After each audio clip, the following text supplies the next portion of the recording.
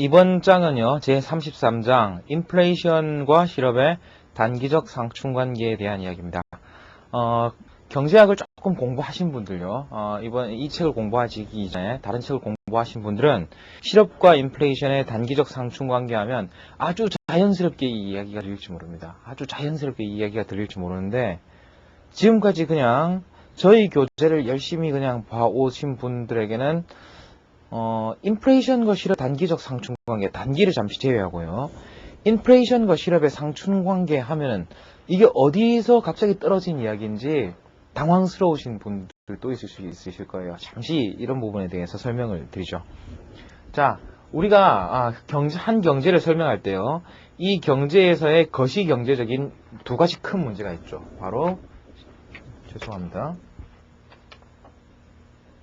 바로 실업과 인플레이션이란 이 두 가지예요. 다행히 이 실업과 인플레이션은 둘 다 퍼센트로 나타내지는 비율이기 때문에 이 두 가지를 합해서 거시경제에서 해결해야 될 하나의 지표라고 생각할 수가 있죠. 이거를 교과서에 보면은 misery index 해가지고 고통지수라고 이야기해 놓기도 하고요. 때로는 희생지수라고 이야기를 하기도 해요. 고통지수 또는 희생지수라고 이야기하는데, 이 양자가 아무 관계도 없다면 이걸 낮추는 정책이 있고 이걸 낮추는 정책이 있다면 좋겠죠. 근데 만약에 상충관계가 있다는 것은 무슨 뜻인가 하면, 실업을 낮추려면 인플레이션이 상승하고 인플레이션을 낮추려고 하면 실업이 증가하는 이런 추세가 있다는 거죠. 이러한 단기적인 관계가 있다는 거죠. 이렇게 된다면 정책 담당자들은 하나의 또 선택의 문제에 직면하게 된다는 이야기입니다. 자, 이런 이야기인데, 공부를 많이 하신 분들은 이 이야기가 아주 자연스럽게 들릴 수가 있어요. 근데 한번 생각해 봅시다. 양자가 상충관계가 있다는 것이 이 장의 제목인데, 여러분, 실업은 무엇에 의해서 결정된다고 했어요? 교과서를 한번 보시면요. 최저임금제, 노동조합의 시장 지배력, 효율임금, 탐색의 효율성 등 노동시장의 속성에 의해서 결정된다고 했어요. 그러면 인플레이션은 무엇에 의해서 결정됩니까? 인플레이션은 장기적으로는 전적으로 중앙은행이 통제하는 통화 공급량에 의해서 결정된다고 했죠. 노동조합이 통화량을 변화시켰다는 소리 들어보셨습니까? 그런 이야기 없거든요. 그렇기 때문에 장기적으로는 전적으로 이 양자 간에는 관계가 없다는 거예요. 장기적으로는 이 양자 간에는 관계가 없는데, 아무 관계도 없는 이 변수가 단기적으로는 서로 주고받는 관계가 있다 하는 것이 이 장에서의 내용이죠. 그러니까 지금까지 장기적인 분석만 보신 분들에게는 이 분석이 생소하게 들릴 수도 있습니다. 하지만 경제학의 10대 원리, 이 교과서에서 이야기하는 10가지 중요한 원리 중에 하나가 727페이지 아래쪽에서 5째 줄을 보시면요. 인플레이션과 실업 사이에는 상충관계가 존재한다. 최소한 단기적으로는 인플레이션과 실업 사이에는 상충관계가 존재한다는 것이고, 이것이 그 유명한 필립스 곡선에 대한 이야기입니다. 필립스 곡선에 대한 이야기입니다. 728페이지 내용을 봐주십시오. 맨 첫 번째 표제가 필립스 곡선으로 되어 있고요. 표현을 아주 재밌게 해놨죠. 필립스 곡선이 어떻게 발견되었으며 어떻게 미국으로 건너왔는가, 미국화된 이야기인가, 미국으로 와서 또 어떻게 변했는가 하는 이야기가 나오죠. 필립스 곡선의 기원을 보면은 아주 유명한 그런 논문이 있습니다. 필립스라는 영국의 경제학자가요, 1861년에서 1957년까지 영국의 실업률과 명목임금 변화율 사이의 관계예요. 실업률하고 명목임금 변화율입니다. 인플레이션이 아니었어요, 처음에는.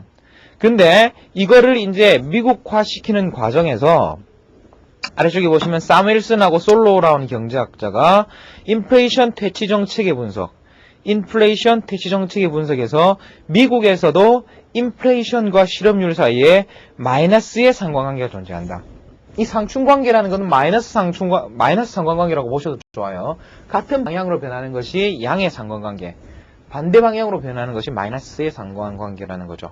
자, 이 두 가지 분석은 영국에서 맞는 것이 미국에서 맞다, 이런 식으로 검증해낸 거 정도의 의미를 가진다고 보시면 되겠어요. 미국으로 넘어온 거죠. 왜 그런가 하면 이제 이른바 명목임금의 상승률이라는 것은요, 명목임금의 상승률이라는 것은 물가의 상승률과 아주 밀접한 관련이 있습니다. 이런 것을 밀접한 관련을 가지고 변하는 것을 공동변화라고 해요. 이 공동 변화는 여러분이 고급의 경제학에서 배우게 되는 이 경기 변동 이론에서 이른바 자기상관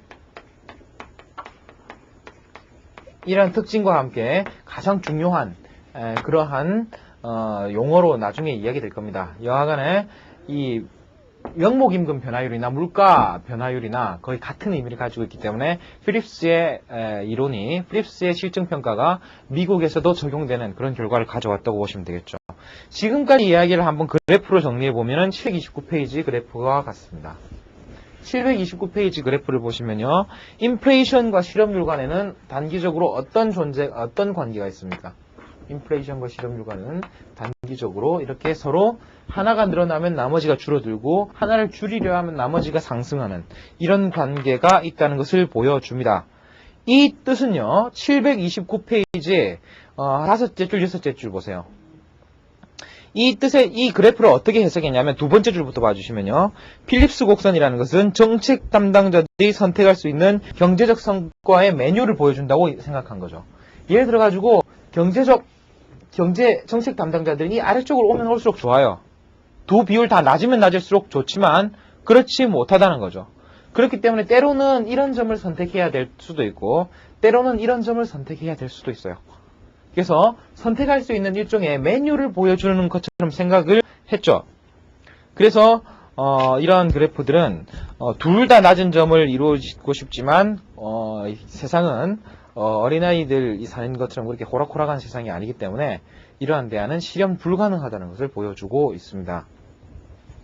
자, 총수요 곡선, 총공급 곡선, 필립스 곡선인데요. 자, 필립스 곡선에 대한 이야기하고 총공급 곡선에 대한 이야기는 따로따로 전개되어 왔지만 지금의 거시경제학 체계에서는 필립스 곡선이나 총공급 곡선이나 거의 같은 의미를 가진다고 생각해요. 이러한 총공급 곡선과 필립스 곡선 사이에 하나의 다리를 놔주는 그런 법칙이 이제 오쿤의 법칙이라는 건데요. 이 오쿤의 법칙이라는 거는 간단하게 나타내면 이제 실업률과 소득과의 관계 뭐 이렇게 되는데요. 예를 들어서 간단하게 나타내면 이렇게 되겠죠.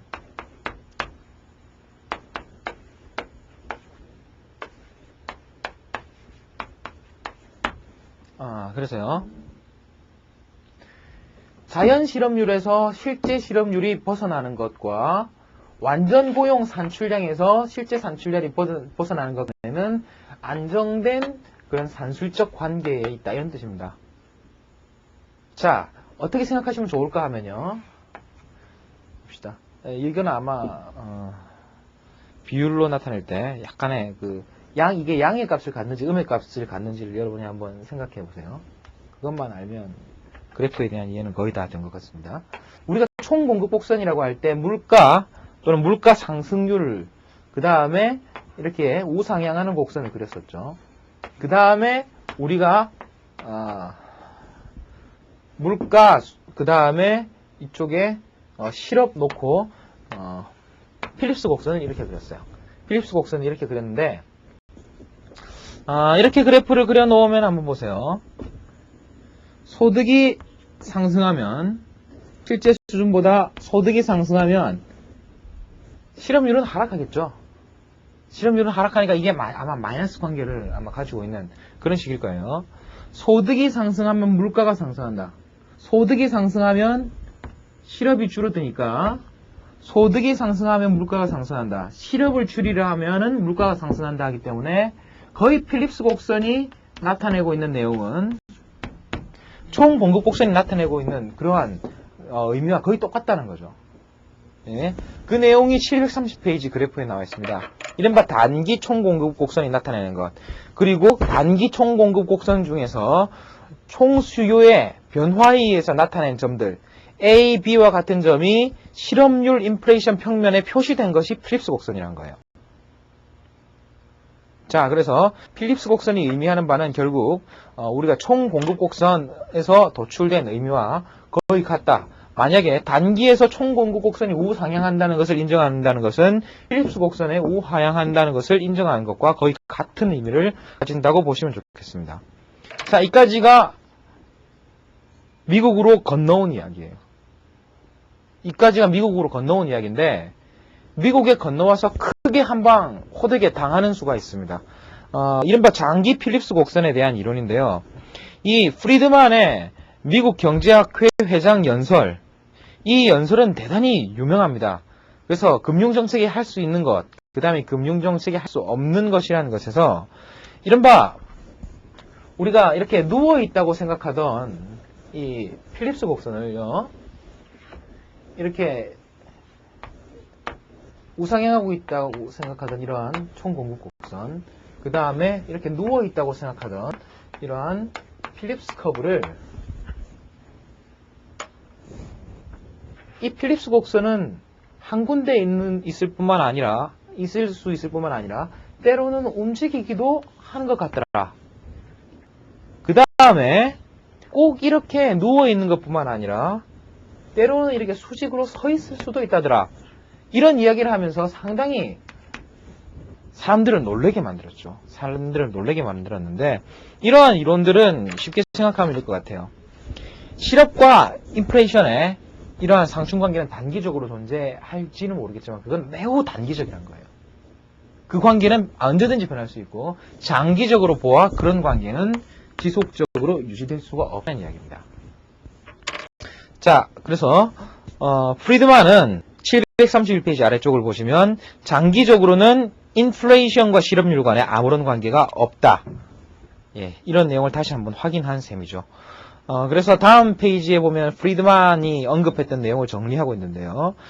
중앙은행은 명목 변수에 대한 통제력을 이용하여 실질 이자율, 실업률, 실질 등 실질 변수의 값을 결정할 수는 없다. 아주 중요한 내용을 여기서 언급하고 있고, 지금 현재 대부분의 경제학자들은 이런 내용에 대해서 동의를 하고 있습니다. 실제로 이 장 말미에서 한 번 더 말씀을 드릴 생각이지만요. 실업에 대한 연구가 고전학파의 연구에서 배제되어 있었고, 이 실업에 대한 연구에 대해서 하나의 틀을 내어준 게 케인즈라고 한다면요. 인플레이션에 있어가지고 케인즈의, 실업에 있어서의 케인즈의 그러한 영향력 또는 그런 업적에 비할 만한 그러한 역할을 수행하는 사람이 인플레이션에 있어서 프리드만이에요. 그래서 20세기 최고의 경제학자 중에 한 명으로 뽑히는 그런 경제학자이기도 합니다. 그래서 33-3, 그림 33-3에 보면 장기 필립스 곡선은 이렇게 수직의 형태에 해당한다. 733페이지 그래프를 보면요. 결국 이렇게 필립스 곡선이 수직이라는 내용은 다름 아니라 장기 총공급 곡선이 수직이라고 예측하는 것과도 거의 같다는 거죠. 아무리 정부가 정책을 펴더라도 물가만 상승하지 실업률은 변하지 않는다는 겁니다. 자, 1번 통화량을 증가시키더라도 2번 물가는 상승하지만 인플레이션도 상승하지만 실업률은 변하지 않는다. 733페이지의 내용입니다. 자, 여기서 이제 다시 한번 했던 이야기가 나오죠. 이른바 자연 실업률이라는 이야기를 여기서 다시 한번 하게 되는데요. 자연 실업률이라는 이야기를 하게 되는데, 자연 실업률은 아주 자연스럽고 아주 당연하고 좋기 때문에 자연 실업률이라는 이름이 붙었겠어요? 이건 그렇진 않아요. 가만 놔두면 그 상태로 돌아간다고 그래가지고 어떤 실증적인 의미에서 이제 자연 실업률이라는 말을 쓴 거지, 당연하다든지 아니면 그것이 바람직하다든지 이런 규범적인 의미를 가진 의미는 아닙니다. 장기적인 실업률, 균형 실업률, 그래서 자연 실업률은 장기 실업률 또는 균형 실업률, 그 다음에 시장 실업률, 이런 의미로 생각하시는 게 오히려 좋을 것 같아요.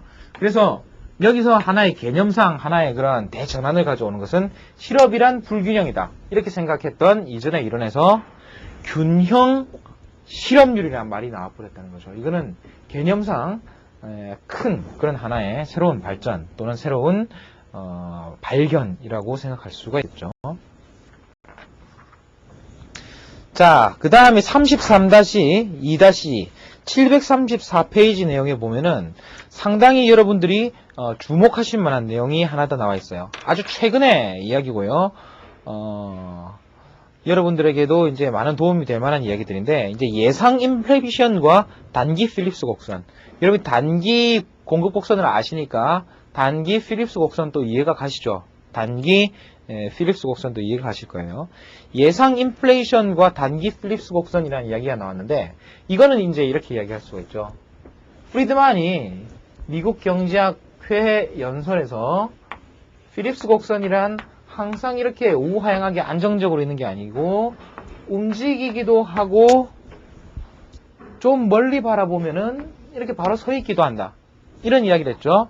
그럼 이게 왜 움직이느냐 하는 것에 대한 아주 중요한 답 중에 하나가 이게 사람들의 예상 인플레이션이 변하기 때문이에요. 사람들의 예상 인플레이션이 변하기 때문입니다. 그래서 그러면 예상 인플레이션을 반영한 이런 필립스 곡선이라는 것은 어떤 식으로 하나 나타내 볼 수 있을까? 이와 같은 수학식으로 하나 요약해 볼 수가 있다는 거죠. 자, 오늘날의 실험률이란 자연 실험률을 중심으로 두고 여기다가 마이너스 알파를 하고요. 그 다음에 파이 마이너스 파이 2 이렇게 됐어요. 자, 여기 이제 드디어 예상 인플레이션이란 값이 들어갔습니다. 자, 이쪽이 인플레이션, 이쪽이 실업 이렇게 되어 있기 때문에 이 식은 조금 특이하죠. 원래는 우리가 보통 식을 나타내면 종축의 y는 뭐 이렇게 나타내잖아요. 근데 경제학에서는 자기들 편한 대로 하기 때문에 이제 u는 해서 나타냈지만 파이 u와 실업률과 인플레이션이 다 들어가 있기 때문에 이 식을 나타낸다고 볼 수 있을 거예요. 그 다음에 마이너스 값이 들어가 있기 때문에 이 양자 간에는 음의 상관관계가 존재하는 것을 나타내고 있고요. 그렇다면 이 파이는 무엇을 결정짓겠어요? 기울기를 결정짓는 것도 아니고 초기 값을 변화시키기 때문에 단기 필립스 곡선의 이동을 나타내게 되겠죠. 이해가시죠? 자, 그러면 한번 보세요. 이 식은 어떻게 이해하시면 좋으냐면 사람들의 인플레이션이라는 것은 실제 인플레이션을 완전히 제대로 예측해낼 수는 없어요. 나는 5% 될 것 같다. 3% 될 것 같다. 이렇게 예상을 하지만 제대로 맞추는 사람들은 잘 없다고요.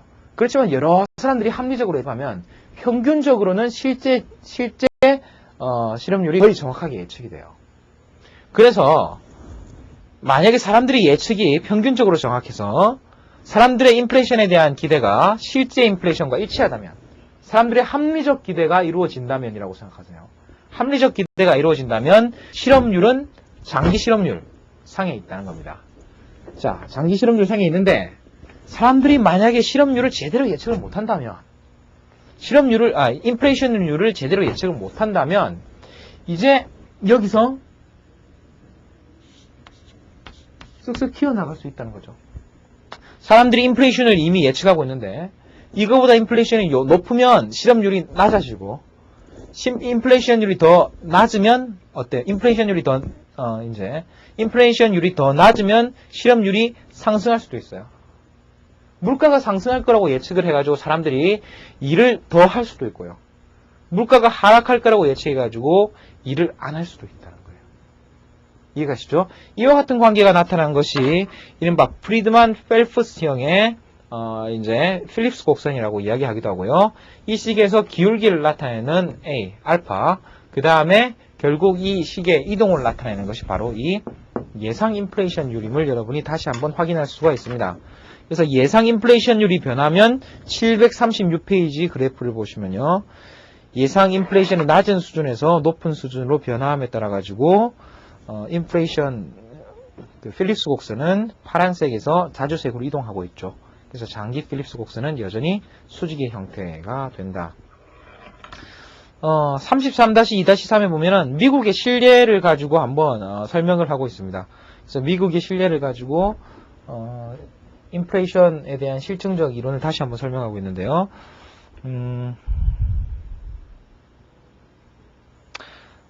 프리드만과 펠프스의 이론은요. 결국 어떻게 이해하실 수 있냐면 지금까지 필립스 곡선의 이론은 실업률과 인플레이션 간의 이런 상충관계를 정책적으로 이용할 수 있다. 거기에 대해 가지고 정책적으로 이해하려고 하면 인플레이션에 대한 기대가 변하기 때문에 그 효과는 그 정책의 효과를 거둘 수 없다. 이런 반론으로 볼 수 있겠죠. 그것을 정리해 놓은 것이 736페이지 아래에서 한 6째 줄 보면요. 당시 경제학자들은 필립스 곡선을 이용하려고 시도하면 그 관계가 사라질 것이라는 주장. 이까지가 이제 프리드만의 주장이죠. 이것을 터무니없다고 여겼었는데 737페이지 내용을 봐주십시오. 737페이지 내용을 봐주시면 실증적으로 조사해보니까 미국 경제가 안정적일 때는 필립스 곡선이 이렇게 안정적으로 딱 구해지더라는 거예요. 근데 경제에서 충격이 발생하자마자 이렇게 움직이기 시작했어요. 이거는 정책적으로 이 필립스 곡선을 이용하려고 하는 순간 이 필립스 곡선의 안정된 관계는 깨어질 수 있다는 프리드만의 이론을 거의 완벽하게 증명해 준 셈이죠.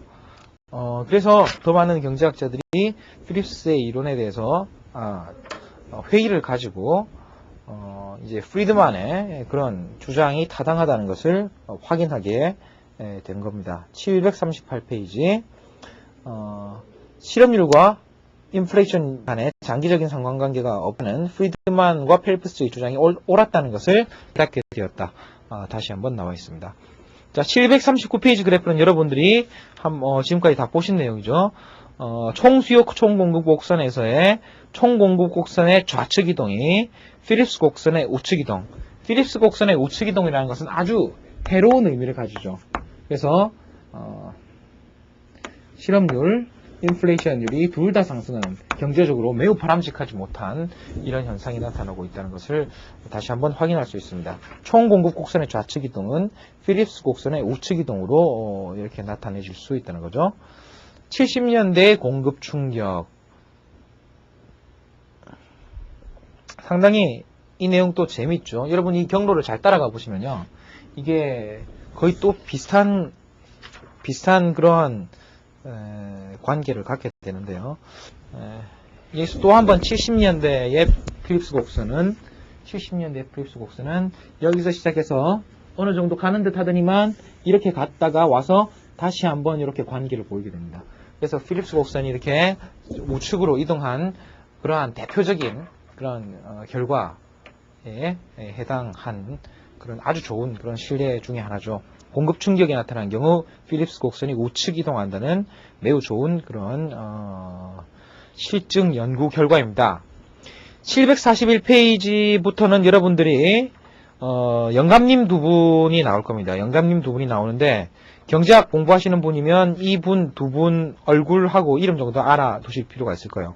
폴 볼커, 역사적으로 매우 유명한 인플레이션 파이터입니다. 그래서 미국에서 카터 대통령이 낙선하는데 가장 중요한 역할을 했다고 할 정도로 다른 모든 그러한 것을 물리치고 인플레이션을 잡아야 된다고 그렇게 아주 강력한 인플레이션 저감 정책을 했었죠.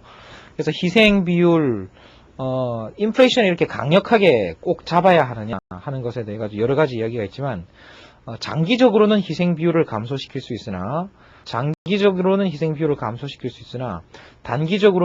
비율을 지나치게 높이지 않을까 하는 이런 비판이 742페이지에 보시면요. 잘 설명되어 있죠.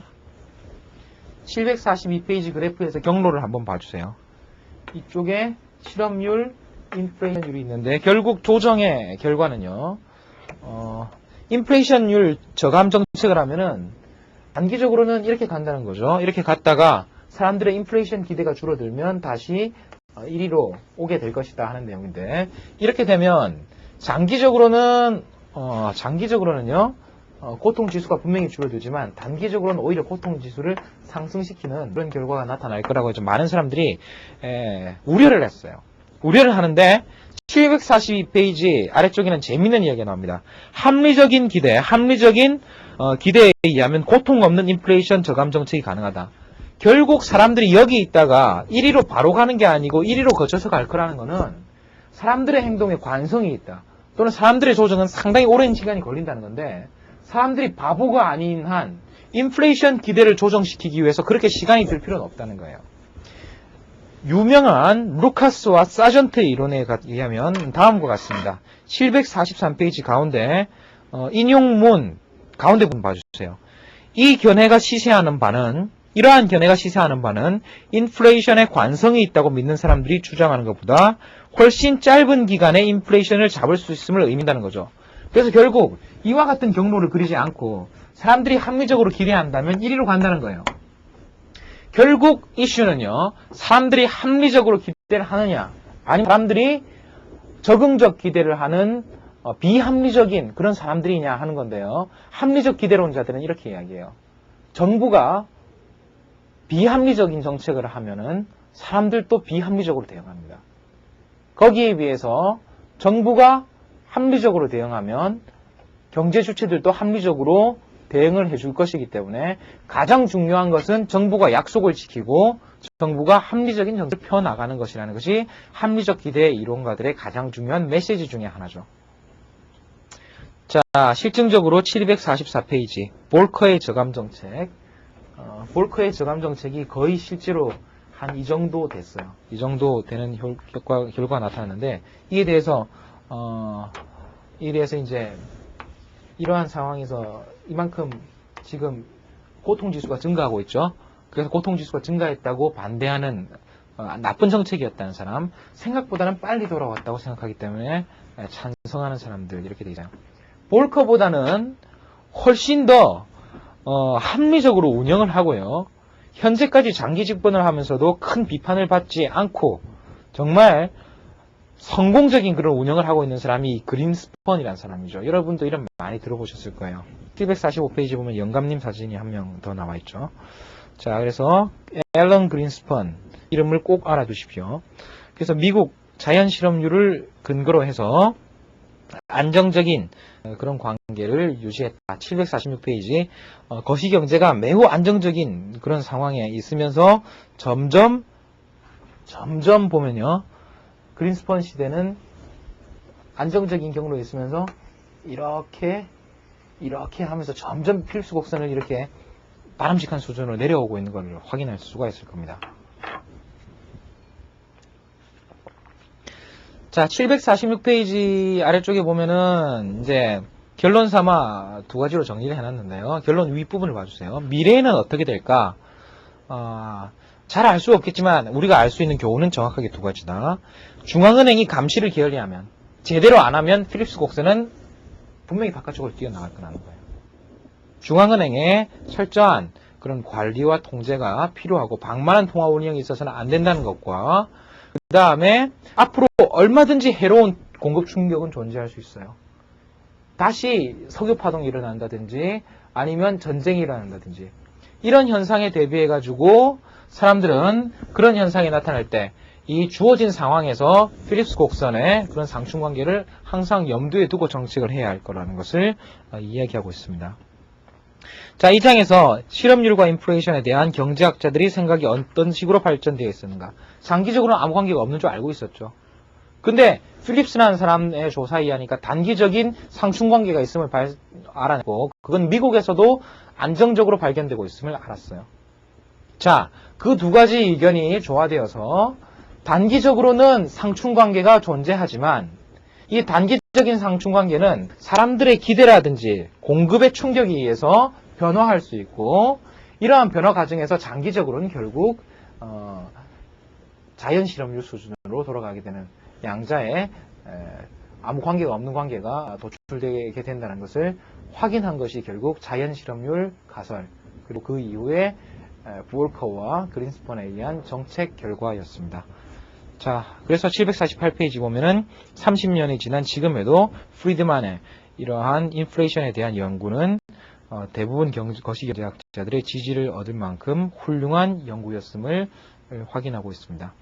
자, 여러분들은 이제 거시경제학의 가장 중요한 문제들을 모두 다 다루셨습니다. 이까지 해서 여러분들이 이제 어떠한 거시경제 문제가 나오더라도 여러분들이 나름대로의 가치 판단을 내릴 수 있는 준비가 되셨고요. 이러한 가치 판단에 대한 문제들을 제8부 34장 다음 시간에 배워보도록 하겠습니다.